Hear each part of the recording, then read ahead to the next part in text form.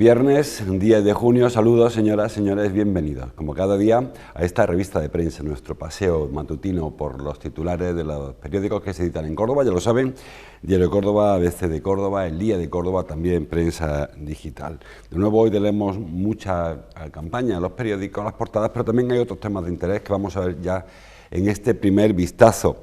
El diario Córdoba, por ejemplo, abre hoy con un tema propio. Ayer se celebró uno de sus desayunos, desayuno del diario Córdoba, y lo hizo con el rector de la Universidad Loyola Andalucía, con Gabriel Pérez Alcalá.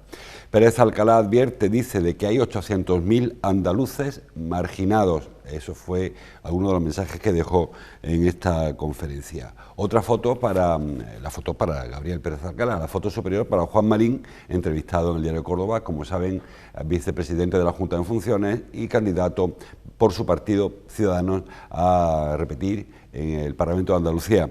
Es importante, dice Juan Marín, no dejar a Andalucía en manos de quienes nos mienten. Creo que nadie duda de que esa afirmación sea absolutamente correcta. Foto pequeñita para Antonio Casas, que anunció ayer el club, que renueva hasta 2025, luego hablamos de este tema. También habla de que COVA apuesta por la energía verde.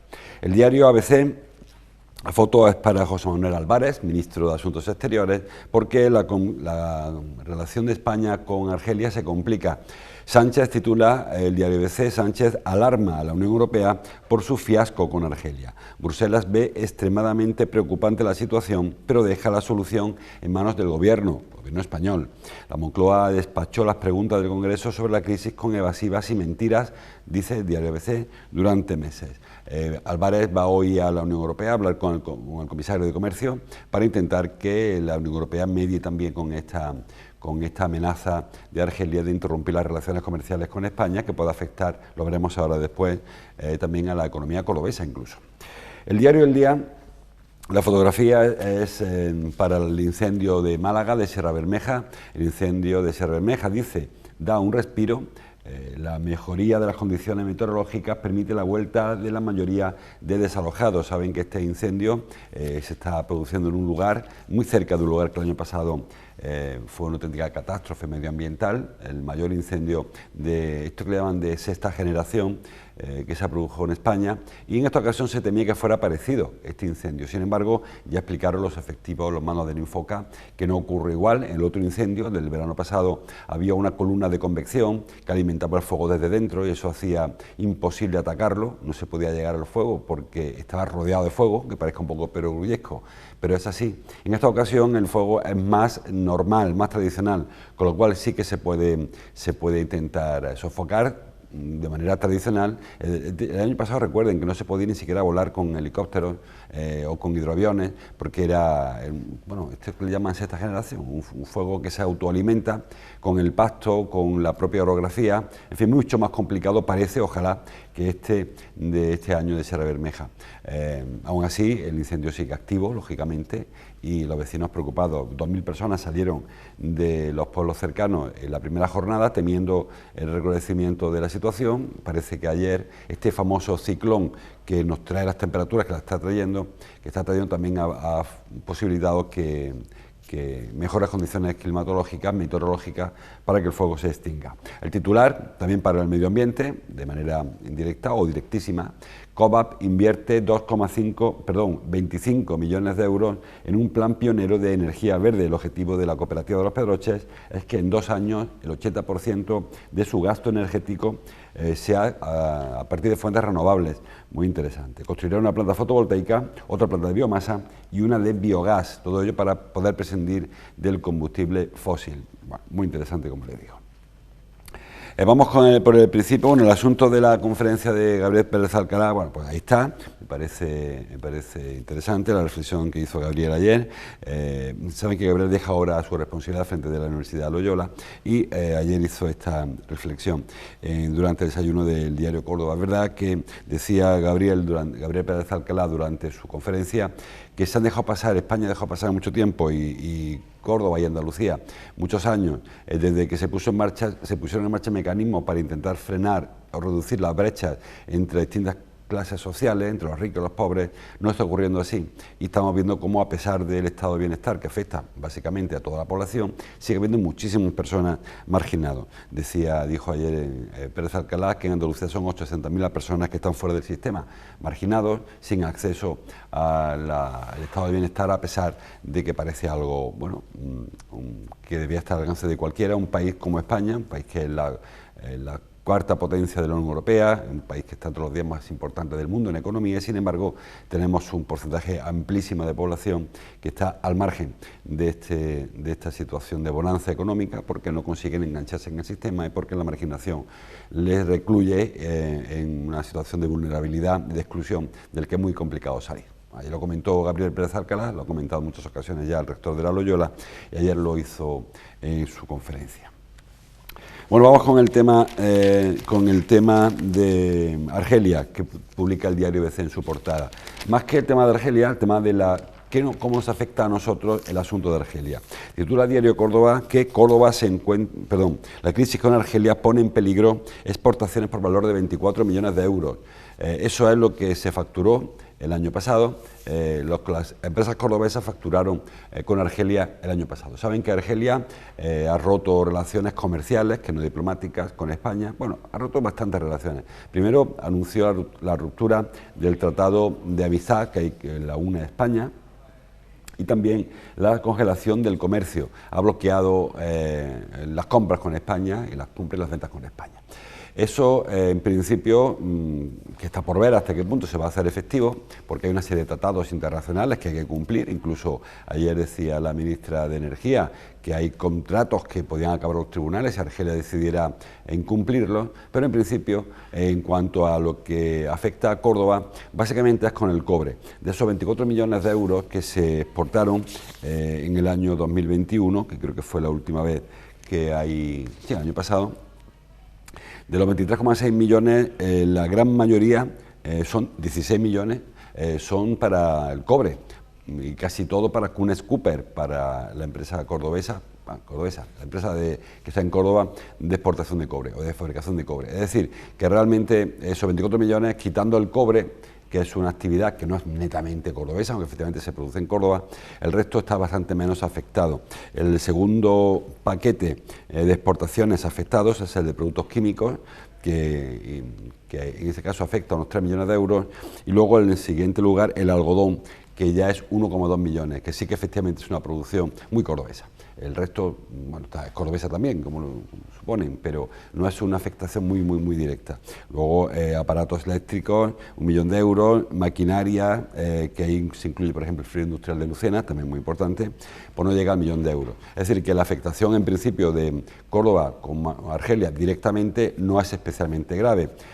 Sí lo sería en el ámbito global, porque saben que Argelia envía a España buena parte del gas con el que aquí funcionamos, y eso sí que sería complicado, ¿no? Sí que sería una complicación enorme para España si no pudiese comprar el gas o si tuviera un precio fuera de lo que se está pagando actualmente.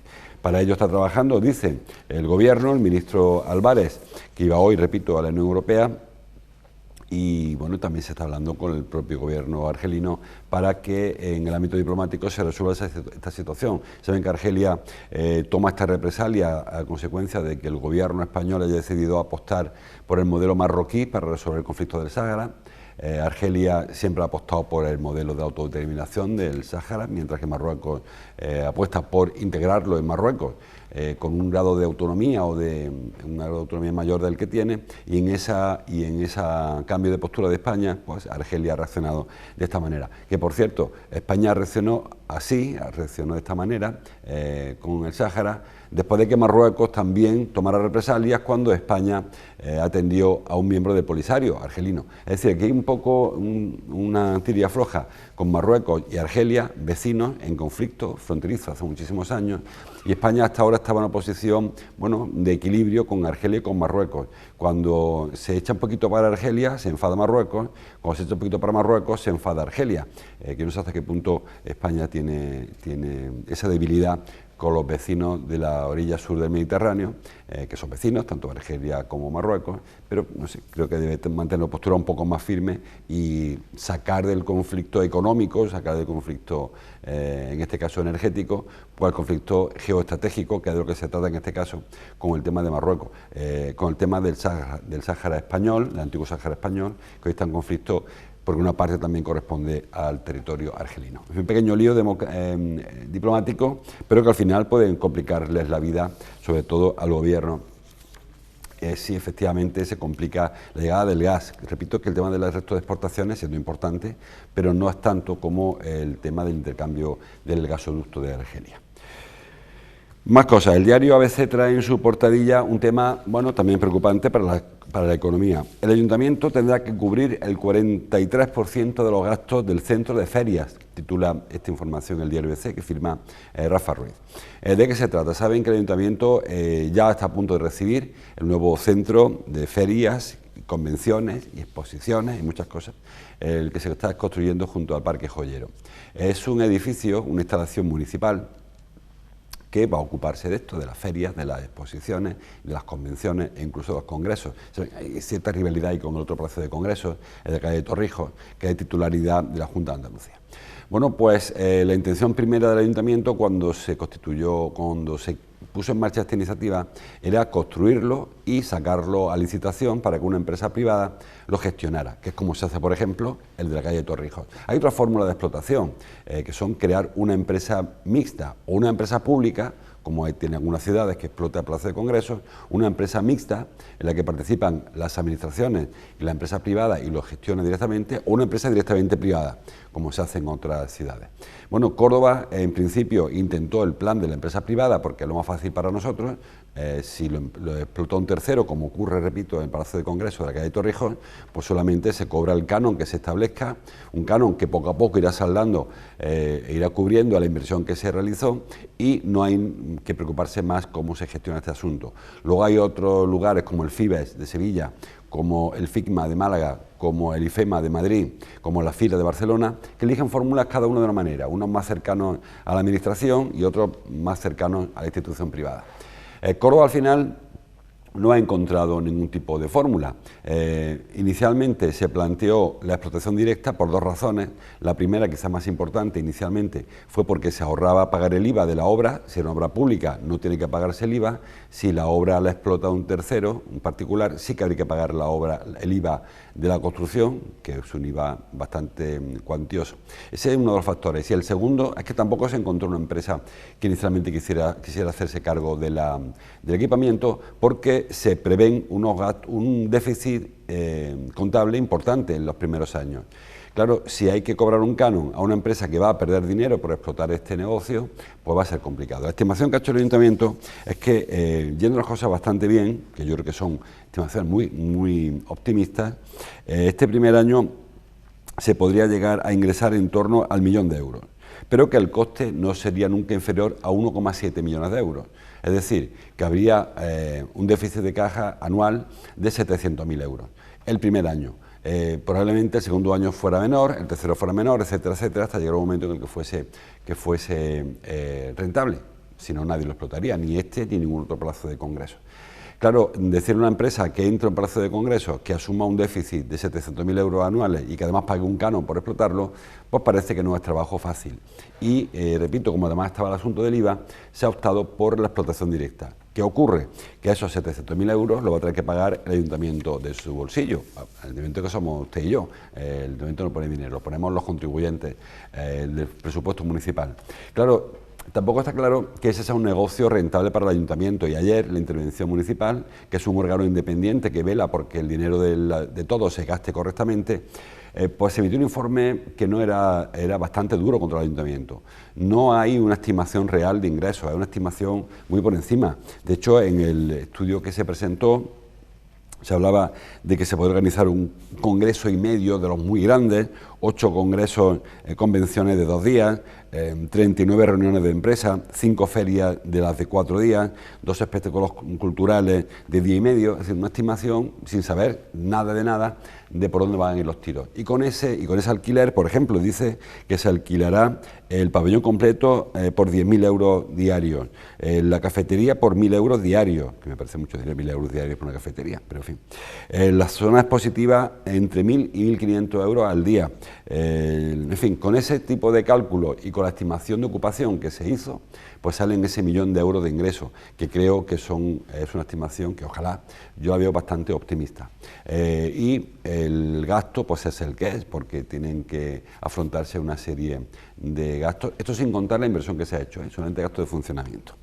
Es decir, que la explotación es complicada y el primer año va a ser complicado. Es probable que con el tiempo comience a ser rentable y ya se pueda sacar a concurso, llega una empresa de fuera me refiero de fuera del ayuntamiento, puede ser cordobesa, ojalá, una empresa privada, que lo explote y que abone un canon al ayuntamiento y poco a poco se vaya resarciendo, si no de la inversión, que parece muy difícil que se recupere, si al menos del gasto de explotación de estos primeros años. No va a ser fácil.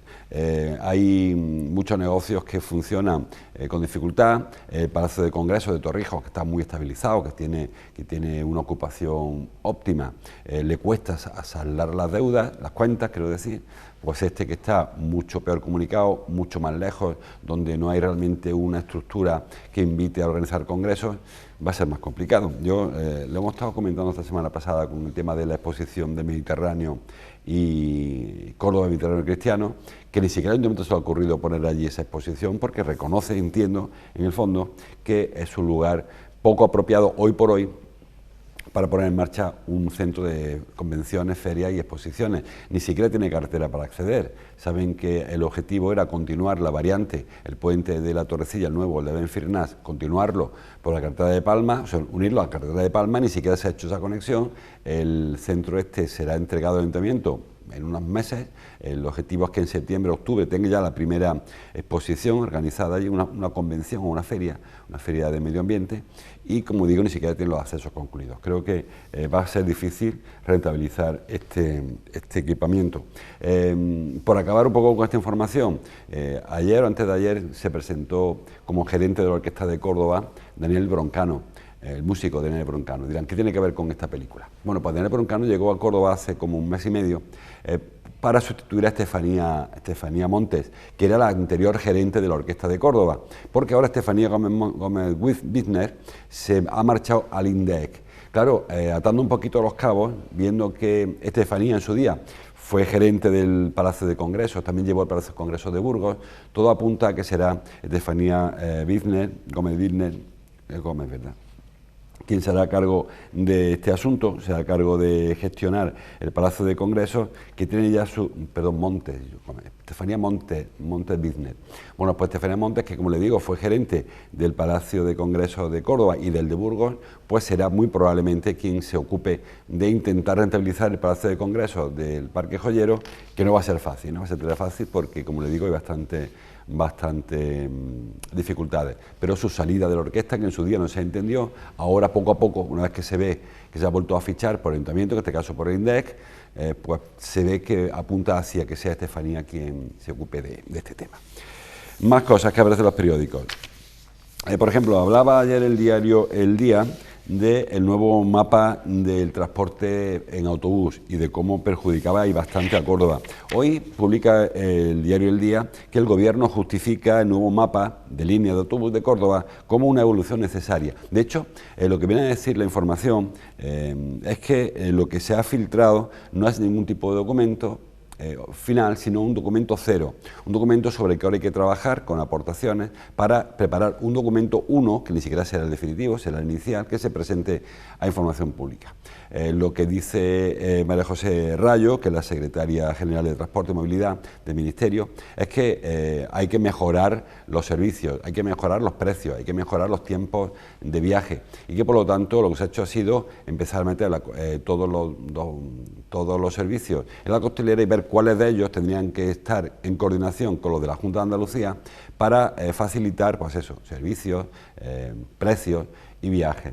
En Andalucía, y supongo en toda España, hay algún problema de duplicación o de duplicidad de servicios y mientras que en otras zonas, comarcas, están peor servidos o peor abastecidos. Bueno, pues dice la secretaria general que se trata de eso, de crear un nuevo mapa de servicios y que ni mucho menos lo que ayer se dio como una realidad era lo que tenía que hacerse. Bueno, habrá que esperar entonces. A final del año que viene, del 2023, estará concluido este borrador del mapa. O sea que lo que ayer conocimos es una cosa bastante muy poco trabajada, sino prácticamente un documento sobre el que trabajar. Bueno, ojalá sea así, porque como si recuerdan, ayer hablaba el diario El Día de que hay 21 municipios de Córdoba que se quedarían sin servicio, algo que parecía una barbaridad y que el Ministerio ha matizado.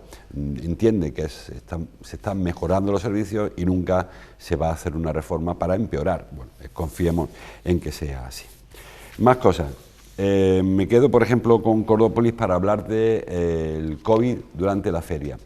Hay de los indicadores que nos permiten comparar el coronavirus de una semana para otra. Saben que ahora la información llega mucho más espaciada, solo los martes y los viernes, hoy toca parte de coronavirus. Digo que de los indicadores que llegan hay algunos que no son comparables. ¿Por qué? Pues porque han cambiado los elementos de análisis. Por ejemplo, el tema de la tasa de incidencia. Se puede ir comparando semana a semana su evolución, pero no se puede comparar la tasa de incidencia de hoy con la que había en febrero, porque entonces se medían de otra manera. Se hacían muchos más test, muchos más PCR, toda la persona que tenía COVID se le instaba, se le ordenaba a que se recluyera, se confinara. Ahora no ocurre así, con lo cual en muchísimos casos pasan desapercibidos o al menos no son informados.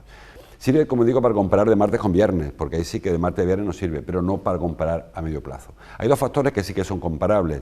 Uno es el de las hospitalizaciones, que ese es un dato objetivo, si hay personas ingresadas es porque están enfermos, y el otro dato es el que ahora mira los periódicos, que es el del análisis de las aguas fecales, las aguas residuales en la golondrina. Dice el diario Cordópolis, lo firma Alfonso Alba, que la variante Arenal, así como lo titula él, ha detectado que las aguas residuales un gran incremento de trazas de COVID. De hecho, es el mayor incremento que se ha producido desde el inicio de la pandemia. No significa que la cosa sea más grave ahora que el inicio de la pandemia, sino que este crecimiento que ha habido durante semanas de mayo han producido un incremento importantísimo. Son 0,54 unidades logarítmicas, que no sé qué significa, no sé con qué se compara, pero sí sé que es el mayor de Andalucía. De hecho, en Andalucía casi todos los análisis que se realizan están bajando o incluso están parados, muchos de ellos estabilizados, y muchos de ellos bajando. El de Córdoba está creciendo. Córdoba es la única provincia andaluza que presenta peores datos en las últimas semanas con respecto al día anterior. O sea, hay una tendencia, incluso dentro de que no se conocen datos reales, sino datos sesgados, una tendencia negativa, e incluso en el caso del análisis de las aguas residuales, son análisis que se practican en la golondrina, en la depuradora. Antes de depurar el agua se toma una muestra y se analiza qué hay ahí dentro. Se ha encontrado pues esos 0,54 unidades logarítmicas, que supone un incremento importante con respecto a la semana pasada. Era algo bastante previsible. La gran noticia es que a pesar de ese incremento importantísimo, no se produce un incremento importantísimo de ingresos hospitalarios o de fallecimientos. El último día, el martes, que es el último dato que tenemos, digo que dentro de unas horas tendremos el dato de hoy viernes, pero hasta el martes había 55 personas ingresadas en la provincia de Córdoba, 5 de ellos en unidades de cuidados intensivos y solo 50 en plantas en toda la provincia. Es decir, son números bastante bajitos, sobre todo si se compara con la contaminación que está entre nosotros, porque se acaban las aguas residuales, es porque está entre nosotros. Por mucho que dejemos de usar mascarilla, que se hayan olvidado la mayoría de las medidas preventivas, pero el virus sigue entre nosotros. También dicen los científicos, otra buena noticia, que de lo que se está encontrando, la rama o la cepa o la variante predominante es la Omicron, que es la menos dañina, la Omicron BA2 y la BA4 y la BA5. son las 3 variantes que están apareciendo en las aguas residuales de Córdoba, y son las variantes menos lesivas, las que menos daño han provocado. La mayoría de los pacientes son asintomáticos o tienen, bueno, unos síntomas muy similares a los de una gripe corta incluso, es decir, que no es una enfermedad preocupante, pero recordemos que aún estamos sufriendo, estamos lamentando que cada vez que hay un parte de la Junta aparecen 3 o 4 fallecimientos en la provincia de Córdoba, personas, casi todas ellas, pues muy vulnerables, mayores de edad avanzada, con patologías previas, con problemas respiratorios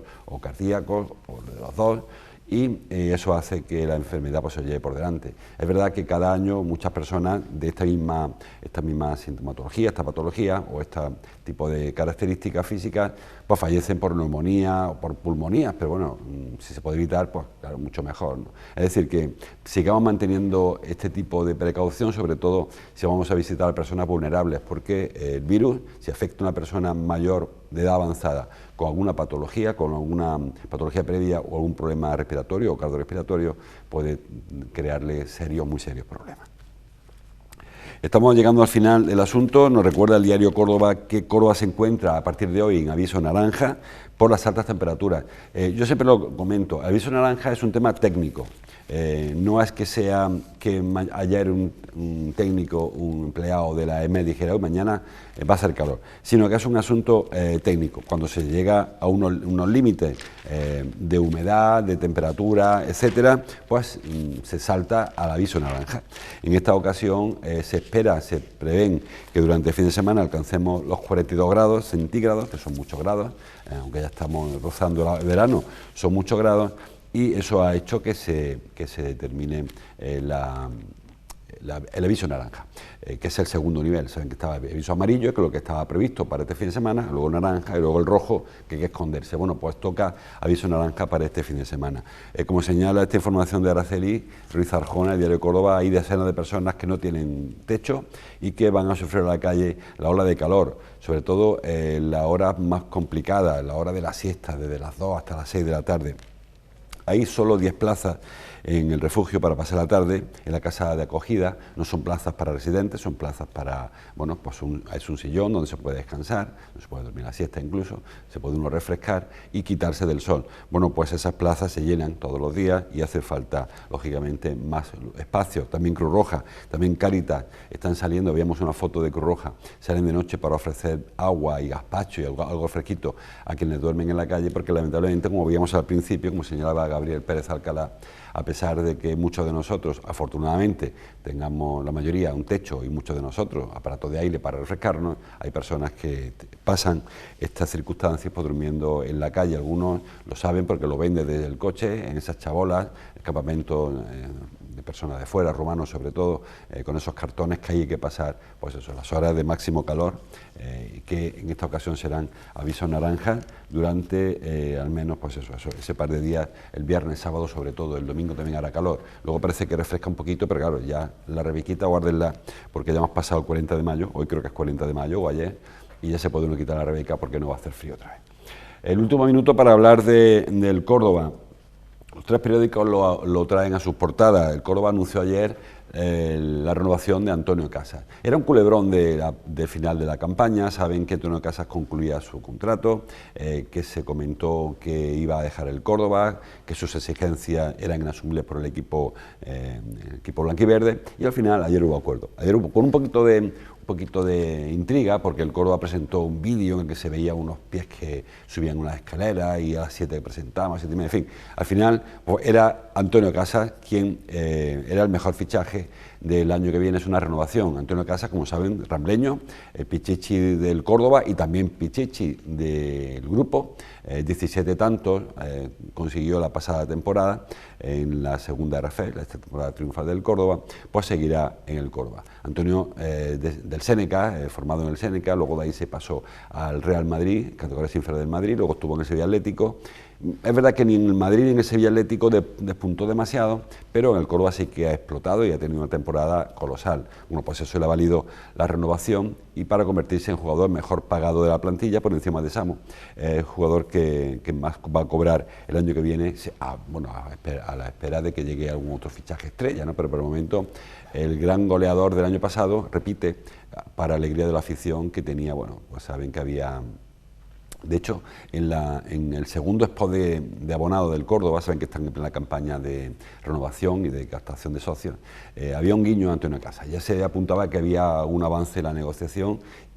Saben que el Córdoba está funcionando así. Para la primera tanda de abonos se hicieron un par de renovaciones, un fichaje. Para la segunda, pues Antonio Casas es la gran estrella. Ayer, por cierto, se rebasaron las cifras de 4.000 abonos, lejos todavía de los 11.000 que pretende González Calvo que llenen el Arcángel el año próximo en primera RFE, pero bueno, ya son 4.000, que ya vamos por encima de la tercera parte de lo previsto. Está todavía lejos, pero está ahí. Por cierto, que publica, no sé si lo vio en el Córdoba, que este año el Córdoba por fin abandona los campos de césped artificial, que volvemos a una liga, si no profesional, porque sigue siendo primera RFE, pero sí que se acerca ya a lo que es una liga más parecida a la que estaba acostumbrado el Córdoba a jugar siempre, con campos de hierba natural, de césped natural, con unas condiciones económicas distintas. El año pasado recuerden que había equipos en los que eran prácticamente amateurs, los jugadores estaban por la mañana, que el famoso Panaderías Pulido canario, la mitad del equipo jugaba por la noche, pero trabajaba en la panadería, supongo, por la mañana, y eso, pues quieran que no, desvirtuó un poco la competición. Este año era el Córdoba, una información que firma Juan Fran de la OSA. Pues ya no hay césped artificial, y se precisa un ahorro bancario importante, presupuesto de al menos 700.000 euros, hay que tener licencias profesionales, 18, en fin, una serie de condiciones que harán que el espectáculo sea mejor, no por parte del Córdoba, que lo fue, y muy bueno, pueden disfrutarlo aquí, sino también por los rivales, que algunos de ellos, la verdad, que desmerecía un poquito el triunfo, el juego y lo que vimos sobre el césped. Bueno, pues hasta aquí llegamos. Como cada día mucha más información que se me queda en el tintero, les invito a que bajen al kiosco, compren un periódico, lo lean en internet o escuchen la radio o vean la televisión sobre todo. Vamos a volver nosotros ya el próximo lunes. Por cierto, este fin de semana tenemos tenis, tenemos el primer torneo, la final del primer torneo internacional de tenis, Ciudad de Córdoba, Ciudad Patrimonio de la Humanidad, desde el Aeroclub, es muy interesante, será el domingo, así que si le interesa el tenis, no va a venir Nadal, pero sí que hay jugadores de gran nivel que disputarán esta final. Nos vemos el lunes, hasta entonces, como siempre, feliz fin de semana y gracias por su atención.